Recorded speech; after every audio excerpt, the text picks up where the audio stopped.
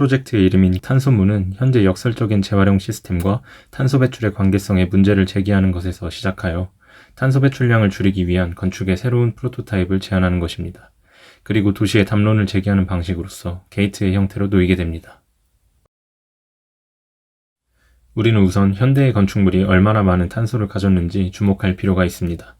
서울시 건축물의 바닥 면적의 일정 상수를 곱하여 각 건물이 가지고 있는 탄소의 양을 시각적으로 표현할 수 있었습니다. 이것을 보며 현 상황의 심각성을 깨우침과 동시에 탄소 배출 저감을 위한 노력은 어느 정도 이루어지고 있는지 살펴볼 필요성을 느꼈습니다. 가장 대표적인 노력인 재활용을 살펴보면 탄소 배출 저감의 측면에서 뚜렷한 진전이 없었음을 발견할 수 있습니다. 그래프 가장 위쪽은 재활용률을 나타내는데 대한민국의 건설 폐기물 재활용 비율은 98%로 이미 최고치에 다다랐지만 그 아래 철강과 시멘트 생산량은 꾸준히 증가하고 있는 것을 알 수 있기 때문입니다. 따라서 탄소 배출 또한 최근 10년간 줄어들지 않고 증가해 왔습니다. 재활용 과정 또한 그리 친환경적이지 못합니다. 콘크리트는 불순물을 제거한 후 몇 번에 걸쳐 부수고 세척하는 과정을 거치고 철광의 재활용은 원자재 대신 재활용철을 사용한다는 점 이외에 크게 다른 부분이 없습니다. 물론 새로 만드는 것보다는 적은 양의 탄소가 발생하지만 비용 절감 효과에 비해 온실가스의 양을 줄이는 데에는 극적인 효과를 기대하긴 어려운 것입니다. 현 상황을 심각하게 만든 것은 무엇보다 매우 짧은 건축물의 수명 때문일 것입니다. 대한민국의 건축물은 평균 29년마다 철거하고 새로 지어지지만 건축에 이용되는 많은 재료는 적절한 관리를 통해 그보다 훨씬 긴 수명을 가질 수 있습니다. 우리 주변의 건축물 대부분은 열화로 인해 재건축되는 것이 아니라 경제, 사회적 문제로 인해 부서지고 있으며 낭비를 초래하고 있습니다. 더 많이 재활용할수록 우리는 더 많이 사용하고 있는 것입니다. 따라서 부수고, 또 부수고, 씻고, 옮기고, 또는 녹이고, 붓고, 달구고, 펼치고, 식히는 재활용 과정은 오히려 최소화되어야 합니다. 재활용이 아닌 재이용을 위한 새로운 프로토타입이 필요한 것입니다. 하나의 건축물은 유연하며 재조립 가능한 시스템으로 인해 완전히 해체된 후 재료의 수명이 닿을 때까지 재사용될 수 있어야 할 것입니다. 일정한 규격을 갖춘 유닛들이 새로운 건축의 프로토타입을 형성한다면 우리는 콘크리트와 철강의 장점을 최대한 이용하면서 탄소 배출을 최소한으로 줄일 수 있을 것입니다. 첫 번째 출발점으로 구조의 프로토타입을 제안합니다. 수평, 수직으로 확장 가능성을 가진 여러 단면을 구조 해석 프로그램으로 분석하여 과도한 전단력이 발생하거나 일부분의 응력이 집중되는 형태를 제외하여 최적의 모습을 선정했습니다. 그리고 3D 프린팅을 통해 적합한 지수를 선정하고 콘크리트 캐스팅을 통해 실현 가능성을 확인하는 과정을 거칩니다. 최종적으로 전체적인 구조에 안정성을 더해줄 몇 가지 부재가 추가되었으며 여러 방식으로 확장 가능하여 콘크리트의 수명이 닿을 때까지 해체되었다가 다시 조립될 수 있는 구조의 새로운 프로토타입을 제안합니다. 다음은 건축물에 재료가 부착되는 방식의 새로운 프로토타입을 제안합니다. 그러기 위해 우선 기존 건축물의 단면을 분석하여 현재의 문제점을 파악했습니다.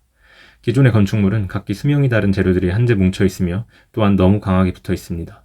그래서 무언가 하나만 교체하고 싶어도 우리는 전부 다 뜯어내고 부수고 잘라야 합니다. 그래서 저는 앞서 제안한 구조와 같이 손쉽게 조립과 해체가 가능한 하지만 충분히 견고한 건축 재료를 위한 프로토타입을 제안합니다. 각 재료의 특성에 맞도록 여러 방식으로 변형 가능하다는 것을 보여주고자 금속, 천, 석재, 유리, 나무와 같은 재료들이 결합한 모습을 예시로 보여줍니다. 동시에 실제로 가능하다는 점을 증명해보고자 건축 재료를 이용한 1:1 스케일 모형을 제작하였습니다. 단열재와 패널의 결합 방식을 확인하여 일반적인 건물의 적용 가능성을 엿보았고 조금 더 복잡한 디테일이 추가된 유형인 금속 메쉬를 잡아당겨 적용하는 방식을 테스트해보았습니다. 또한 무거운 물체를 매달아 충분한 힘을 지탱할 수 있음을 실험을 통해 확인해보았습니다. 이제 앞서 제안한 프로토타입은 도시 속에서 담론을 제기하기 위해 게이트의 형태를 갖출 준비를 합니다. 게이트는 실용적인 기능은 없을 수도 있고 아주 기능적일 수도 있고 역사적인 의미를 가질 수도 있습니다. 하지만 공통점은 도시의 상징물이라는 것입니다. 시민들이 탄소 배출 문제에 대한 경각심을 갖추고 새로운 프로토타입의 존재를 알게 하려면 도시의 상징적 건축물인 게이트가 되어야 한다고 생각했습니다. 그러기 위해 어떤 형태로 조합되었을 때 적절한 의미를 전달할 수 있을 것인지 드로잉을 통한 스터디로 게이트를 구성하는 데 쓰일 언어를 탐구하는 과정이 필요했습니다. 게이트가 놓일 대상지는 서울 도심 내 탄소 함유량이 가장 높은 5곳을 후보지로 선정했습니다. 그 중에서도 유동인구가 가장 많고 적절한 도로폭을 가져 차량과 보행자 모두 가까이서 경험이 가능한 강남역 인근이 최종 후보지로 선정되었습니다. 형태는 도로 방향으로 150m가량 길게 놓이게 됩니다.